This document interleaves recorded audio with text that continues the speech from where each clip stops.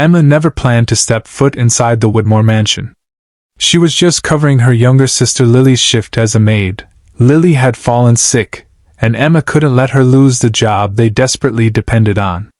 With her heart racing, Emma slipped into the crisp uniform and told herself, just clean, stay invisible, and leave. But fate had other plans. When she walked into the grand library, she froze. A little boy sat alone on the carpet, tears streaking his face. He couldn't have been more than 6. In his hands was a broken toy car, and beside him sat silence so heavy it hurt. Emma's heart softened. "Hey, buddy, it looks like your race car had a tough day," she whispered, kneeling down. The boy sniffled, looking up at her with wide, lost eyes. No words came, just a silent plea. At that moment, a deep voice echoed from the doorway. "Who are you?" Emma looked up, her breath caught. Standing there was Alexander Whitmore, the elusive CEO everyone in town whispered about. A single dad. A man known for power, not kindness.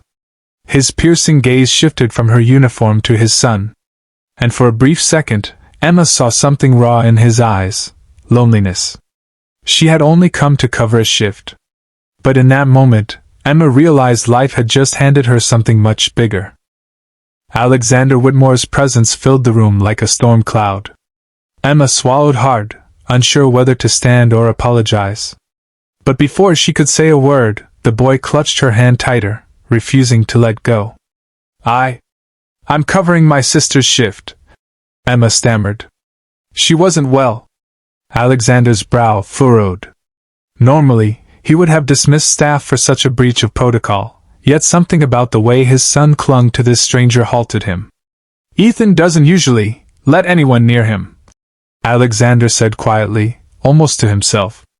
Emma looked down at Ethan, noticing how he avoided his father's gaze. There was distance there, a wall built from unspoken hurt. Carefully, she picked up the broken toy car. "Mind if I try?" she asked. With a napkin and quick thinking, she pieced the wheels back together enough for the boy to push it again. Ethan's face lit up, the tiniest flicker of joy sparking across it. Alexander's breath caught. He hadn't seen that smile in months. Since his wife's passing, Ethan had retreated into silence, refusing even to speak to therapists. No nanny had lasted more than a week. Yet here, within minutes, a maid had reached his son in a way no one else could. Emma met Alexander's gaze. "He just needs someone to listen," she said softly. For the first time in years, the mighty CEO didn't have an answer. All he knew was that this stranger had unlocked a door to his son's heart. And he wasn't ready to let her walk away. The next morning, Emma expected to be dismissed.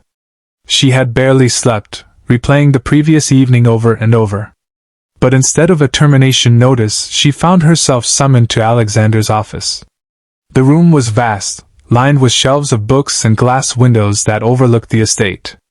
Alexander sat behind his polished desk, his suit as sharp as his gaze. Yet when he spoke, his voice carried something gentler than she had imagined. "Miss Emma, is it?" he began. "Ethan responded to you in a way I haven't seen in a very long time." He paused, choosing his words carefully. "I want you to stay. Not just for housekeeping. I need someone for him." Emma blinked. "You mean be his nanny?" "Yes," Alexander replied simply. Her heart raced. She wasn't trained for this. She was just a substitute maid, not a childcare professional. But the memory of Ethan's small hand gripping hers surfaced in her mind. She couldn't deny the bond that had sparked between them.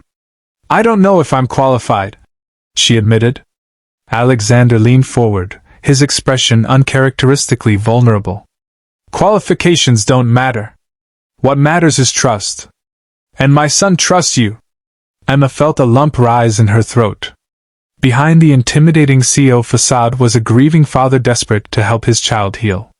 She thought of her sister, of their struggles, and of the boy who had finally smiled. Taking a deep breath, she nodded. "I'll do it. For Ethan." And in that moment, Alexander exhaled as though a weight had lifted from his shoulders. Little did Emma know, saying yes would change all three of their lives forever. Days turned into weeks, and Emma found herself woven into the rhythms of the Whitmore household. What began as awkward moments soon blossomed into something unexpected. Ethan, once silent and withdrawn, slowly began opening up. It wasn't with words at first, but with gestures, bringing her a picture he'd drawn, tugging her toward the garden, or resting his head against her arm when he was tired. Emma responded with patience, never pushing, always listening. One afternoon, while they built a tower of blocks together, Ethan whispered his first word in months. "Car." Emma's eyes welled up. She turned, only to find Alexander standing in the doorway, frozen. His usually composed expression crumbled into raw emotion. He covered his mouth, tears threatening, and whispered, "Thank you?" From then on, Alexander began lingering around more. At first it was subtle, working from home, taking lunches near wherever Ethan and Emma were. Then it became intentional. He joined in their games, laughed when Ethan handed him a block, and listened when Emma told stories that made his son giggle. Slowly, the walls around Alexander's heart began to crack too. One evening, after Ethan had fallen asleep clutching his rebuilt toy car, Alexander walked Emma to the door. "You've given my son something I thought was lost forever," he said softly. "Hope." Emma met his gaze, her chest tightening at the sincerity in his voice. She had come here to cover a shift, but somehow, she had become part of a family she never expected to find. But not everyone welcomed Emma's presence.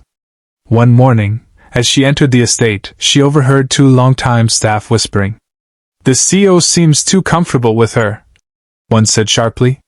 "She's just a maid. What is she doing in his office every day?" Emma's chest tightened. She had never sought attention, nor did she want to be the subject of gossip. Yet whispers spread quickly. Soon, she could feel the weight of judgment in every glance. Her doubts grew heavier when Alexander, during a late evening conversation, admitted, "People think I'm foolish for trusting easily. But I don't care what they say about me." His eyes softened. "I care what you feel." Emma's heart skipped. But the very thought terrified her.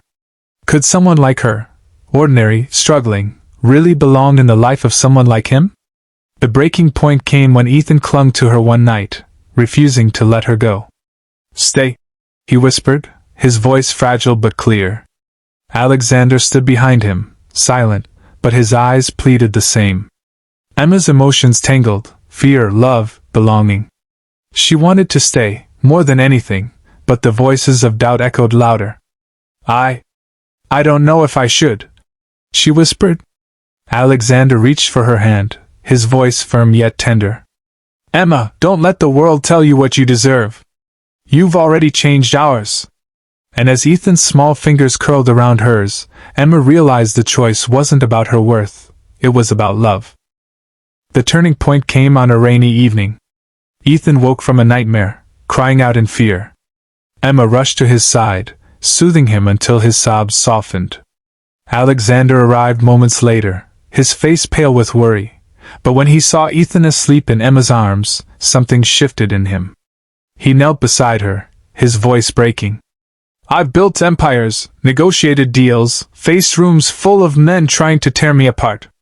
But nothing has ever scared me more than losing my son, or losing this moment with you." Emma's eyes widened. She had never seen him so vulnerable. "I don't need a maid," he continued. "I don't need perfection. I need this. I need someone who sees my son, who sees me, without the titles or wealth. Emma, I need you." Tears blurred her vision. Every wall she had built out of fear crumbled as she whispered, "I never wanted to replace anyone. I just wanted him to smile again." "And he has," Alexander said, placing his hand gently over hers. "Because of you." For the first time, Emma allowed herself to believe that love wasn't about status or background. It was about hearts choosing each other. Weeks later, the Whitmore mansion no longer felt like a cold palace. Laughter echoed through its halls. Ethan spoke more each day, clinging proudly to the woman who had become his safe place. And Alexander, once a distant figure, now stood beside Emma, not as a CEO, but as a man who had found his family again. She had come to cover a shift. But she stayed because love had rewritten all their lives.